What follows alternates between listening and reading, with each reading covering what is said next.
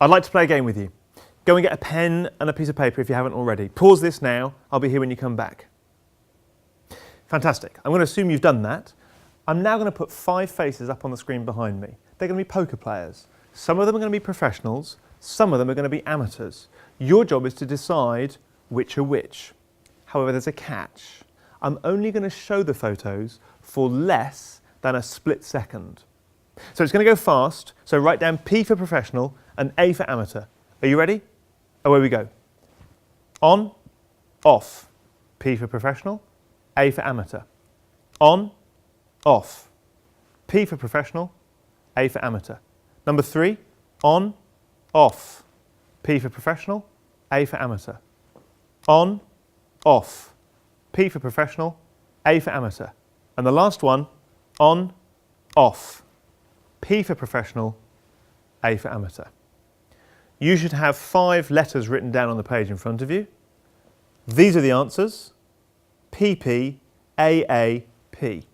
It doesn't actually matter what your answers are, but my guess is that a lot of you will have got maybe all 5 right, or even 4, which, given that the average, if you were just having a complete guess, should be 2 or maybe 3, is actually pretty good. I know this to be the case, by the way, because I've done this test with hundreds of people in many different organisations, and the average score is about 80%. In fact, a good number of people have 100% with more photos and more difficult photos, which is pretty extraordinary when you consider that A, most of these people are not professional poker players at all, and B, the photos were only shown for less than a split second. What's interesting about this exercise is the amount of information you are processing very quickly, often without knowing it. Another good example of this exists in the sport of motor racing.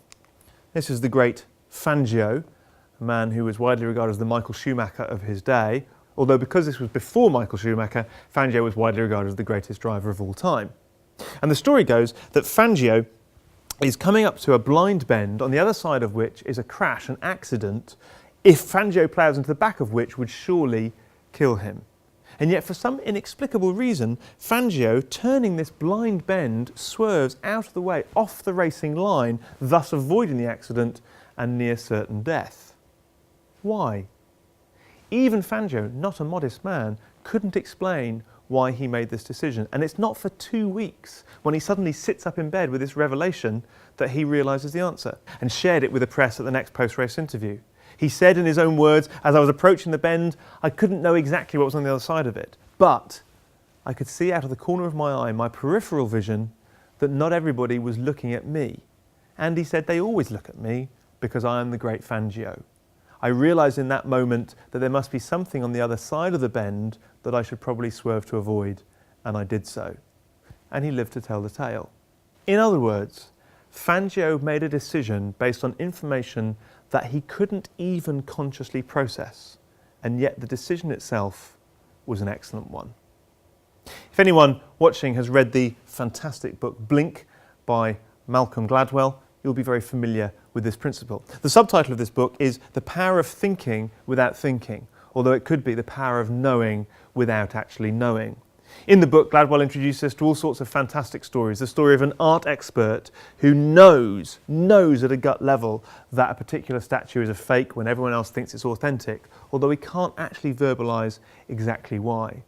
Or the fireman who saves his own life and that of his colleagues by escaping a burning building just moments before the floor that was holding them collapses. Like Fangio, he can't actually explain why he made that decision at the time, and it's not for a couple of weeks that he realises that he actually felt a heat through the sole of his boots, something which was telling a part of his brain that there was fire beneath them.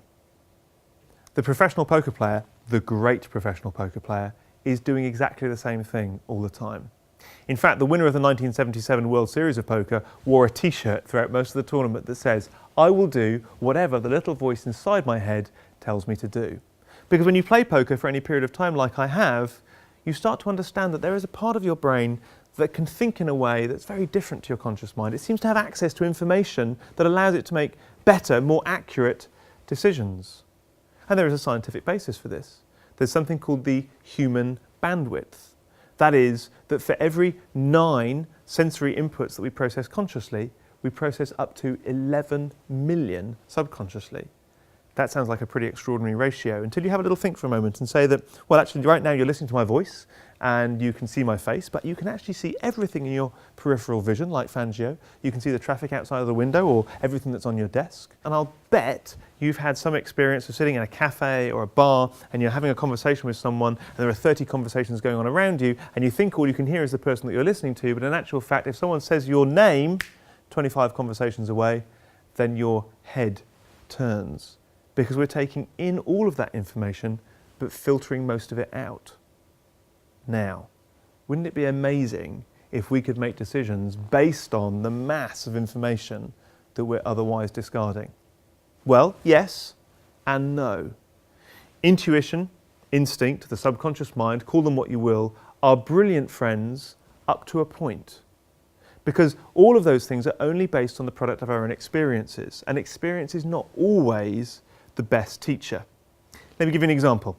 In the aftermath of 9/11, people obviously were naturally frightened of flying in America, and therefore Americans took to their cars to do those medium-range journeys across that great country.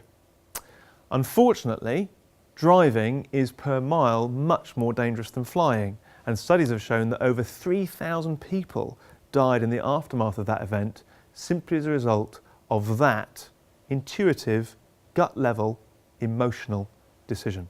We're actually very bad at analysing what is likely to kill us. We underestimate almost every cause of death except cancer. And therefore it's quite interesting in light of that we have almost no qualms about exposing ourselves to radiation. Most of us will have an X-ray without thinking twice about it, although admittedly the dose is minimal, but much more liberally in the form of sunbathing. Indeed, most of the planet still love to get out there and absorb the sun's rays. And I introduce you to these 4 people for a moment. And I ask you this, which of them would you rather employ? I have no views, by the way, on which of them would be more suitable, but here's what's interesting. I'll bet you've got a preference and you don't actually know any of them. The fact of the matter is that whether we like it or not, we are thinking without thinking all of the time. Very often we know without knowing how or why we know. Our judgments and assessments, which form the basis of our decisions, are the products of our experiences. Sometimes good, sometimes bad, sometimes productive, sometimes misleading. During the course of this presentation, I show people the 5 strengths of intuition, how we use it to our advantage and how we can use it even more so in the future. More importantly, perhaps, I show people the 4 common mistakes, the ways in which intuition can lead us into traps and pitfalls and bad decisions based on flawed assessments and judgments. And critically, the 3 ways in which we can avoid them. All of my presentations to a greater or lesser extent about decisions and decision making, and by extension, decision makers. Whether you make your decision in your head or your heart or your gut, your intuition and your instinct play a part. And therefore it's important to understand them in order to make the best decisions in your life.